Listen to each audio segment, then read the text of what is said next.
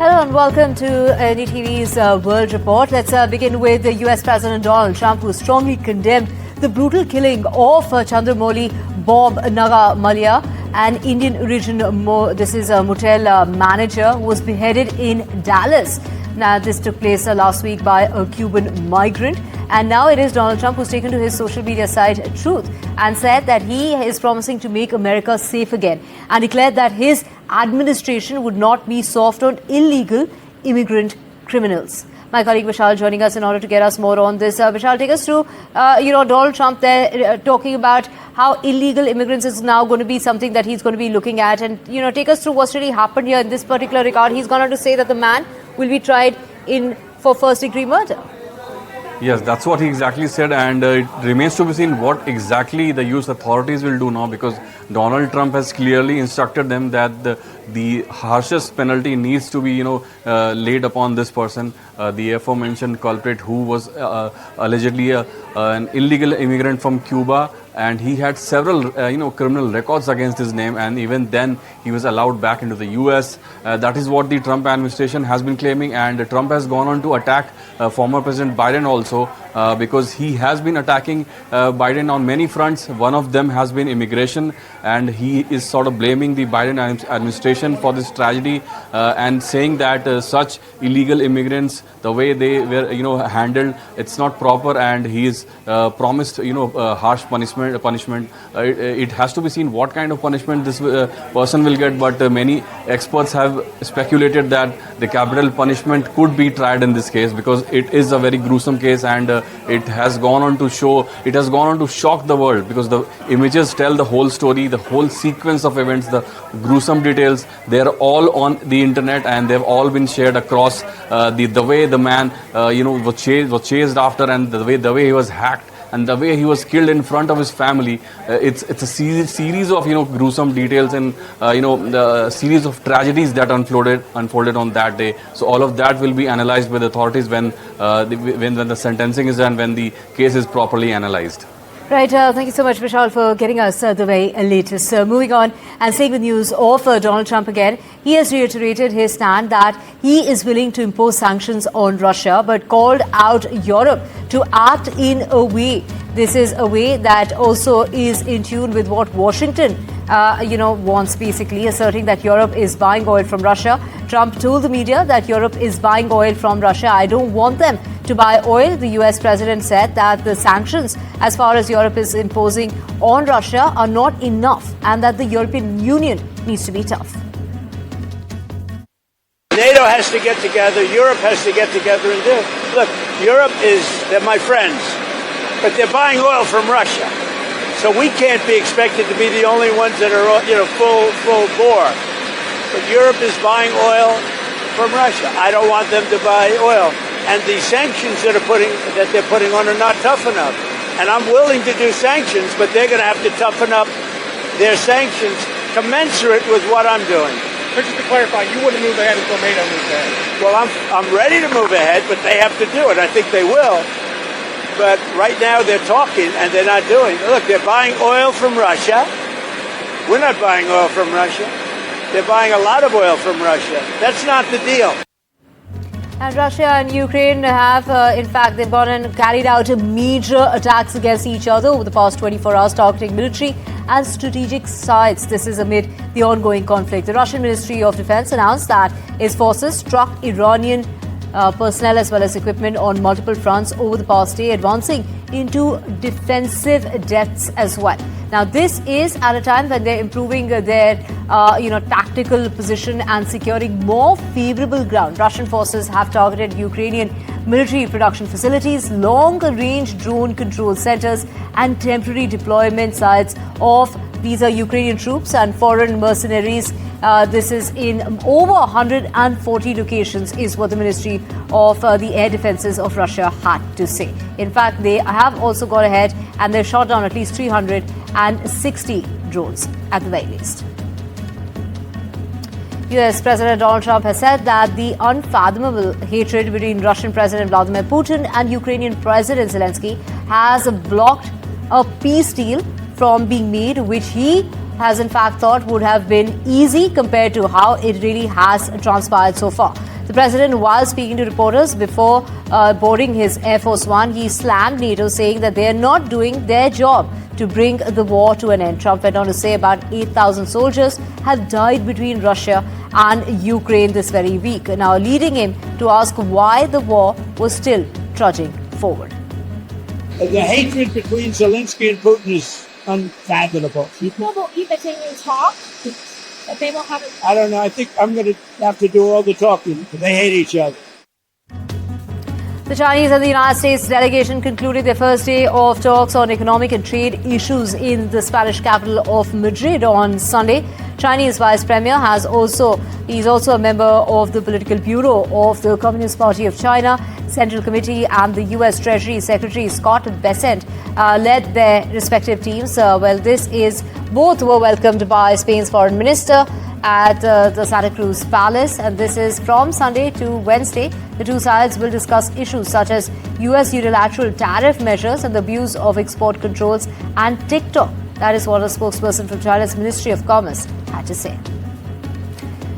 Utah Governor Spencer Cox has said that Charlie Kirk's alleged killer is refusing to cooperate with investigators and has not admitted to carrying out the shooting. The 22-year-old suspect, Tyler Robinson, was arrested roughly 33 hours after that shootout that took place. Do remember there was a bullet that went through the neck that killed Charlie Kirk. This is the 31-year-old right-wing activist, a close ally of Donald Trump, who was fatally shot on Wednesday last week. Now, this is, of course, the authorities are going on to say that there are people who are close to him. In fact, they're the ones who are assisting the authorities with the investigation. But this man, the suspect, refuses to cooperate. Brazilian former President Bolsonaro on Sunday briefly left his home, and this was before he has really been under house arrest to undergo a medical procedure. That's what he was allowed for at a nearby hospital. His first public appearances, he was handed a 27-year-long prison sentence. Now, a panel of Supreme Court justices ruled that Bolsonaro had attempted a coup and tried to illegally hang on to power despite his defeat in 2022 to the current president, Lula da Silva. Now, escorted by the police, Bolsonaro went to the hospital in the capital of Brazil for procedures related to skin lesions, as well as a temporary release granted by the court on the 8th of September. He was discharged in the afternoon, doctors from the hospital said in a statement.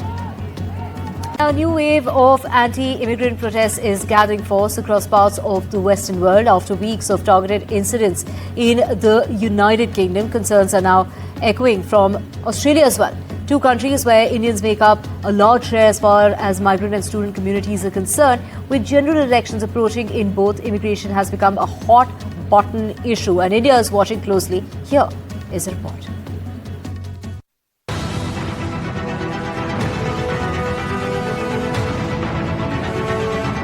It began quietly, then intensified.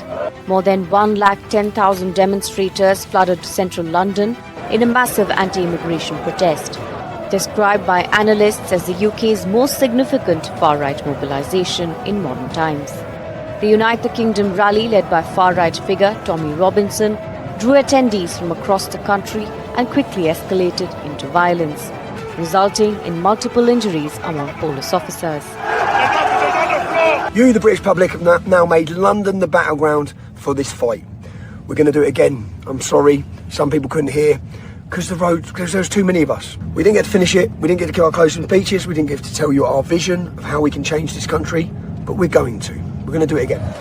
In the UK, at least 3 to 4 anti-immigration flashpoints have emerged over the past month in areas like Knowsley, Loughton and parts of Kent. Protesters have rallied outside migrant housing facilities, alleging strain on public resources. But critics say the anger is being fueled by nationalist rhetoric and pre-election politics.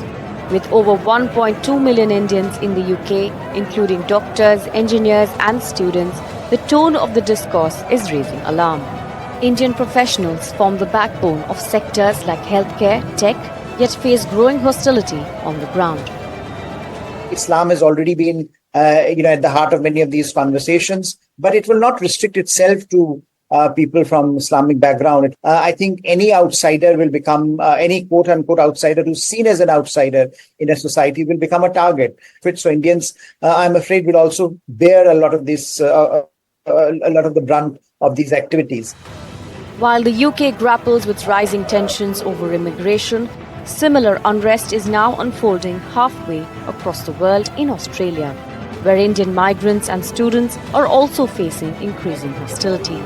The trigger: complaints about overcrowding, housing shortages, and the influx of international students, many of them Indian. Indian students who contribute billions to Australia's education economy suddenly found themselves caught in a storm of public resentment. The cost of living crisis has heightened public frustration, often unfairly directed at immigrant communities. With crucial elections on the horizon in both the UK and Australia, political parties are using nationalist messaging to gain support. Meanwhile, misinformation about migrants spreads rapidly, further deepening divisions and fears. But the backlash isn't going unchallenged. Civil rights groups and migrant advocates in both countries are calling out scapegoating, urging governments to differentiate between legal migration and fear-mongering. India is paying close attention because it is the largest source of migrants to both Australia and the UK. Indian students contribute over $6 billion annually to Australia's economy. In the UK, Indian professionals play a vital role in sectors like NHS and technology. Any worsening of anti-migrant sentiment could strain India's important strategic ties with these countries. From London to Melbourne, the political climate is shifting, and migrants are increasingly in the crosshairs. For India, this isn't just a foreign policy issue. It's about safety, dignity, and future of millions of its citizens abroad. As the protests grow, the question is, will politics trump partnerships?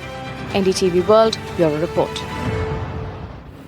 Now, video has gone completely viral from London that sparked debate on social media as it showed an anti-immigration protester buying, this is the onion bhaji. More than 1 lakh people marched through central London on the weekend carrying flags of England and Britain to protest against the immigration in what turned out to be one of UK's largest right-wing demonstration in recent times. Here is the report.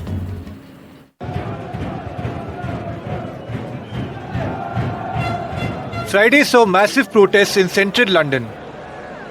Placards, slogans, and strong sentiments against immigration. But what caught public attention was a brief moment of irony. A man carrying an anti-immigration sign was filmed stopping mid-protest to buy an onion bhaji, a staple of South Asian cuisine. The irony wasn't lost on social media. The video, posted online, quickly went viral, triggering debate about the selective acceptance of immigrant contributions. The irony is palpable, one user commented. Another added, enjoying the flavors brought by immigrants while protesting their presence. That's rich. From curry houses to tech hubs, immigrant communities, especially from South Asia, have long been vital to the UK's economic and cultural identity. And while political rhetoric may target migrants, the daily life of Britain tells another story. One where immigrant labour, food and culture are deeply ingrained. This isn't just about a snack, it's about the subconscious acceptance of what immigration has brought in everyday British life. As the UK wrestles with the rise in anti-immigration sentiment, the real question may be, can one separate the culture from the people? With Mohammed Ghazali, this is an NDTV report.